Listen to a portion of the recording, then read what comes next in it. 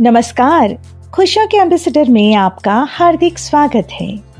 आदरणीय परम श्रद्धेय नागराज जी ने जिन्होंने एक चिंतन किया, वो चिंतन आगे जाके हर घर में, हर घर से हर गांव में, हर गांव से नेशन तक कैसे जोड़े, यह प्रयास हम सब मिलकर करेंगे।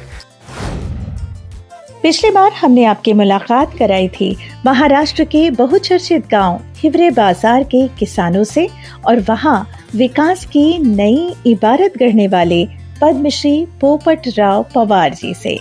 इस बार हम आपको बताएंगे कि किस तरह हिवरे बाजार के परिवारों ने खुशियों को स्थायी रखने के लिए कैसे एक नई शुरुआत की जीवन विद्या शिविर के माध्यम से, जिसका लक्ष्य है आनंदी कुटुंब आनंदी ग्राम। रहते हैं ये खुश हमेशा, करते काम खरे, एक दूजे के बन के पूरक, साथ साथ बढ़ते रहे, हंसते खिलखिलाते भावों से भरे, खुशियाँ बिखेरे घर घर, खुशियों के एम्बेसडर, खुशियों के एम्बेसडर, खुशियों के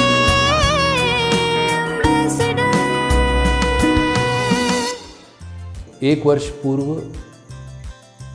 सुवर्णा समाधान स्थली से कल्पनाताई और 4-5 लोग उनके साथ में यहाँ पर आए थे और उन्होंने एक प्रारंभिक बातचीत रविकांत गौतमी जी के माध्यम से आदरणीय पोपट राव जी के सम्मुख रखी थी और वहाँ से धीरे धीरे करते करते ये शिविर तक, ये इसकी निश्चिति तक हम पहुँचे। उसके पहले मुझे ऐसा वैयक्तिक रूप में लगा था कि पोपट राव जी को इसका एक ओवरव्यू देना चाहिए, इसलिए मैं विगत नवंबर को 22-23 नवंबर को मैं उनसे मिलने, हम 3-4 लोग यहाँ आए थे, मेरे साथ महाराष्ट्र के 3-4 लोग आए थे और हमने उनको एक ओवरव्यू 2-3 दिन हम यहाँ रुक करके दिया था, मतलब पूर्व कल्पना उनको दी गई थी। हिवरे बाजार में जीवन विद्या शिविर आयोजन के सूत्रधार रहे महाराष्ट्र के आदर्श ग्राम योजना के नोडल ऑफिसर श्री रविकांत गौतमी जी और पुणे के स्वास्थ्य विभाग में सेवाएं दे चुके राजा भाऊ जी, जिन्हें लगता था कि इस शिविर की बहुत अधिक जरूरत हिवरे बाजार के लोगों को है। मेरा एक सौभाग्य रहा है कि मैं यहाँ पे जो हिवरे बाजार में हूँ, तो पहले जो अधिकारियों की एक अलग लाइफस्टाइल होती है, एक अलग सोचने का तरीका होता है। मैं यहाँ पे पोपट राव जी पवार जी को जो मिला तो 1998 का समय था जब उनसे मिला था, तब से उनके बारे में और गांव के बारे में मेरी एक अलग वो लगाव हो गया। और जब जब भी मुझे समय मिलता था, जब जब भी ऐसे कोई अवसर आता था कि यहाँ पे आए, तो तब से वो लगाव था ही। और जब इस बार जब मैं अभी कृषि उप संचालक के पद पर यहाँ पे आदर्श गवर्नेंस का काम यहाँ पे संभाल रहा हूँ, तो जब जीवन विद्या से परिचय हुआ तो मेरे जो मित्र हैं राजबाबू कालमांडे, उन्होंने कहा कि क्या हम आदर्श गाँव के लोगों के लिए और हिवरे बाजार के लिए यहाँ पे शिविर रख सकते हैं क्या। मेरे मन में उतना कॉन्फिडेंस था नहीं कि क्या मैं कर सकता हूँ। और फिर उन्होंने तो आइडिया दी थी, लेकिन मैं सोचने लग गया कि हाँ, क्योंकि जब मैं समाधान और समृद्धि के बारे में देखता हूँ तो मुझे लगता है कि समृद्धि यहाँ पे है और समाधान के भी बहुत सारे आयाम हिवरे बाजार में ऑलरेडी है। लेकिन अगर जीवन विद्या या मध्यस्थ दर्शन का अगर परिचय हिवरे बाजार के ग्रामस्थों को या हमारे आदर्श गाँव के ग्रामस्थों को हो जाए तो बहुत बड़ी बात हो सकती है। ये विचार आया मेरे दिमाग में और फिर हमने उस पर काम करना शुरू किया। तो एक ऐसा लगा कि इसको तो करना ही चाहिए। जीवन विद्या शिविर की पृष्ठभूमि तैयार करने में गौतमी जी को सुवर्णा दीदी, योगेश भैया और श्रीराम नरसिम्हन जी का विशेष सहयोग मिला।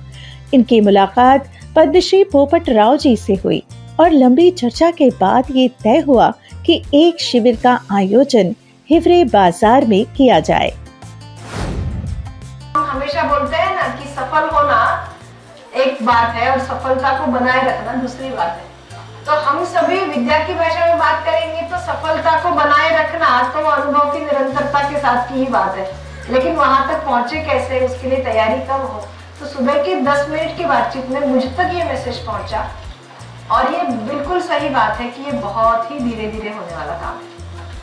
इसमें हमको कोई हड़बड़ी नहीं है, ना हमको है ना गांव को है, लेकिन उन्होंने इस बात को आइडेंटिफाई कर लिया। ये आज के दिन मेरे लिए एक खुशी की बात है कि नहीं, चलो एक अच्छी बात है कि पिछले साल जिस एक विजिट के साथ जो हम लोगों ने सपना देखा था और उसके साथ बाकी सब लोगों के साथ फोन पर कई बार बात, प्रत्यक्ष रूप में कई बार बात और फिर शिविर को तय करना, तो बहुत अच्छा, मतलब मुझे लगता है कि जोरदार ताली रविकांत भैया और राजा भाऊ के लिए होनी चाहिए।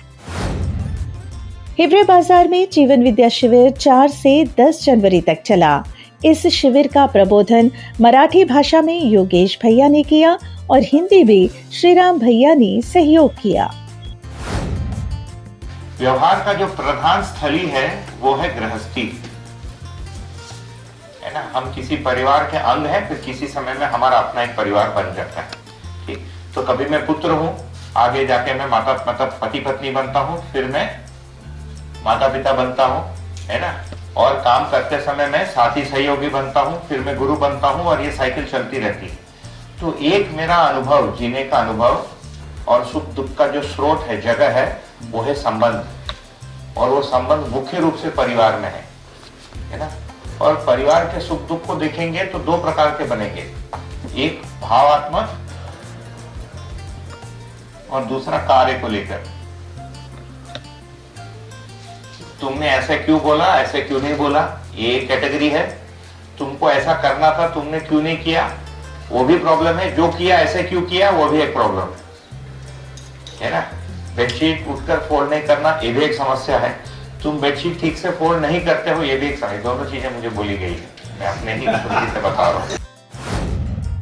श्रद्धेय ए नागराज जी के अनुभव से सृजित मध्यस्थ दर्शन को मेरे जैसा कोई व्यक्ति प्रस्तुत करता है तो मेरा सत्यापन है कि मुझे तो अभी अनुभव नहीं हुआ है, और परंतु इसको सूचनाओं को प्रस्तुत करते समय एक ऐसे व्यक्ति जो जिंदगी भर अनेक प्रलोभनों को त्याग कर और गांव के लिए, गांव के विकास के लिए ऐसे समर्पित व्यक्तित्व के सम्मुख ये प्रस्तुति मुझसे कैसे हो पाती है और आपस में एक मैत्री संबंध कैसे विकसित होता है, ये मेरे लिए वैयक्तिक रूप में मैं देखने की कोशिश किया, समझने की कोशिश किया।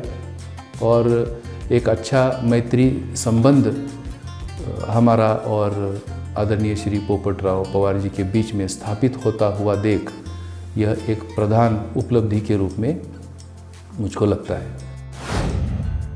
कैसा लगा जीवन विद्या शिविर? आइए जानते हैं उन लोगों से जो हिवरे बाजार ही नहीं बल्कि आसपास के गांवों और महाराष्ट्र के अन्य शहरों से भी आए थे। मला जीवनविद्येची माहिती ही साधारणपणे पूर्वाताईकडून, कल्पनाताईकडून 12-13 वर्षांपूर्वी मिळाली होती आणि मी बाबाजींची काही पुस्तकं पण आमच्या लायब्ररीत ते काही वाचले पण होते, परंतु मला खूप उशीर झाला असं मला जाणवलं की इथपर्यंत पोहोचण्यासाठी मोठा काळ गेला। शिबिरामध्ये आल्यानंतर बऱ्याचशा माझ्या मनामध्ये ज्या सतत येणाऱ्या आतर्क गोष्टी ज्या होत्या त्याचं तर्कानुसंगत या ठिकाणी लागली असं मला वाटायला लागलेलं आहे। नंतरची गोष्ट मला महत्त्वाची वाटते की माझ्यामध्ये जी अस्वस्थता सतत जाणवायची आणि अस्वस्थतेमुळं भटकणं व्हायचं, एक प्रकारचं निर्हेतुक प्रवास जो व्हायचा, त्याला एक रोडमॅप मिळाला असं म्हणायला हरकत नाही या शिबिरामुळं। वाशिम विदर्भामधून आलो आणि माझी 2017मध्ये अतुलजी पिचकर यांच्याशी ओळख झाली होती, तर त्यांच्या माध्यमातून मला शिबिरपर्यंत पोहोचण्याचा एक रस्ता मिळाला। मला असं वाटते आपण लहानपणापासूनच, मी तरी एक शेतकरी कुटुंबातला, मी स्वतः शेती करतो, प्रत्येक वेळेस आपण निसर्गाशी जोडलेलो होतो, पण सह अस्तित्ववाद काय असते ते इथं आल्यानंतर कळाला आणि आपली उपयुक्तता आणि पूरकता काय तर याची पात्रता माझ्या अंगी मी आणण्याचा प्रयत्न करेल आणि एक नवी दिशा मिळाली, जे शोधत होतो ते मिळालं। आता इथून पुढे एक नवीन आयुष्य चालू होईल असं अपेक्षित। मग जसं पहिल्या दिवशी अजून कंटेंट काय आहे तो कळत गेला, हळूहळू मग कंटेंट कळत गेला, तर खरंच जे काही आपण शोधत होतो ते इथे सापडतंय असं वाटत गेलं। आणि आपण म्हणतो मनाचं समाधान, तृप्ती ते म्हणजे जाणवायला लागलं. आणि बऱ्याच ठिकाणी आपण जातो, आध्यात्मिक वगैरे म्हणतो किंवा काही गोष्टी सांगितल्या जातात, तर भाषणं वगैरे ऐकतो, पण आपल्या मनातल्या प्रश्नांची उत्तरं बऱ्याचदा मिळत नाही. प्रश्न येत जातात, पण इथे असं पण होत गेलं की जे जे काही मनात प्रश्न येत गेले त्याची उत्तरं पण आपल्याला मिळत गेली. तो पण एक भाग इथे बघायला मिळाला. त्यामुळे असं वाटतंय की जे काही शोधत राहतो आपण दररोज म्हणा किंवा कायम आपल्या मनात जी काही सुप्त इच्छा असते, जे शोध असतो आपला, तो इथे येऊन पूर्ण झाला. आणि आता त्याची सुरुवात झाली आहे की आपण काय आहोत, स्वतःच काय म्हणतो आपण, स्वतःला शोधणं जे आहे ते इथून सुरुवात झालेली आहे. आणि समाधानाची एक शांततेची जी भूक असते, समाधानाची भूक असते, ते इथे येऊन आपल्याला तृप्ती मिळाली असं जीवन विद्या शिविर के माध्यम से पद्मश्री पोपट राव पवार जी को मध्यस्थ दर्शन के प्रणेता ए नागराज जी के बारे में जानने को मिला. शिविर के समापन पर उन्होंने जो कहा वह आनंदी कुटुंब आनंदी गांव के स्वप्न को साकार करने में मील का पत्थर साबित हो सकता है. योगेश भैया जी और श्रीराम भैया जी दोनों ने यहाँ जो संवाद किया है, यहाँ जो एक विचारधारा रखी है कि उसमें परम आदरणीय ये नागराज जी, जिनके चिंतन से एक नई विचारधारा आगे आई कि जीवन आखिर में है क्या. तो जीवन में आनंद और खुशी ये अगर है तो एक परिवार, एक गांव खुशहाल और आनंद रह सकता है. और इसमें एक दूसरे में विश्वास हो, एक दूसरे के प्रति भाईचारा हो, और यही विचारधारा अगर गांव के सारे परिवार के साथ कनेक्ट हो जाती है तो सारी समस्या वहाँ पर ही खत्म हो जाती है. क्योंकि परिवार में संवाद नहीं रहा तो गांव में भी संवाद हो जाता है. और गांव समूह जो है अलग अलग जाति, धर्म, ऊंचा नीचा, गरीब अमीर, ये सभी प्रकार होते हैं. अब सब मिलके एक गांव बनता है और सभी की विचारधारा अगर एक है तो पूरा समूह खुशी से एक साथ बैठ के निर्णय कर सकता है. परिवार में एक साथ बैठ के परिवार की विचारधारा अगर एक विचार में आ जाते है, अपने आप वो विचार फॉलो करने वाले कई परिवार उनके साथ जुड़ जाते हैं. और 1, 2, 4, 8, 12, 16 ये शुरू हुआ तो पूरा गांव कनेक्ट हो जाता है. मुझे लगता है ये शिविर की विचारधारा यही है. मध्यस्थ दर्शन के अध्येता योगेश शास्त्री जी हिवरे बाजार में जीवन विद्या के आधार पर चेतना विकास मूल्य शिक्षा को यहाँ के स्कूल में प्रारंभ करने को एक नई शुरुआत मानते हैं और इसके दूरगामी परिणामों की आशा करते हैं. पोपट राव जी के वक्तव्यों से मिले, उन्होंने एक वक्तव्य ये दिया कि ये जो चेतना विकास का काम है ये हम गांव के बच्चों के साथ और बचपन से ही शुरू करना चाहेंगे. और यहाँ के विद्यालय के सभी शिक्षकों को जीवन विद्या शिविर करना और उसके लिए एक पाठ्यक्रम तैयार करने की बात वो कह गए. और जो थीम इसमें हमने रखा था, आनंदी कुटुंब आनंदी गांव, और इस थीम को बखूबी वो थीम उन तक पहुंच गया. और उन्होंने इस बात को जोर दे के कहा कि आज आनंदी कुटुंब की ज़रूरत है. यदि कुटुंब में आनंद है तो ग्राम में आनंद स्वाभाविक हो जाएगा. तो देखा आपने किस तरह तैयार हो रहा है देश के समृद्ध गांवों में से एक हिवरे बाजार अब खुशहाल परिवारों से खुशहाल गांव बनने की दिशा में. तो बने रहिए हमारे साथ और हमारे चैनल को सब्सक्राइब कर लीजिए और हाँ, बेल आइकॉन प्रेस करना ना भूलिएगा. तो फिर मिलते हैं अगले सप्ताह इसी दिन इसी समय. तब तक के लिए नमस्कार.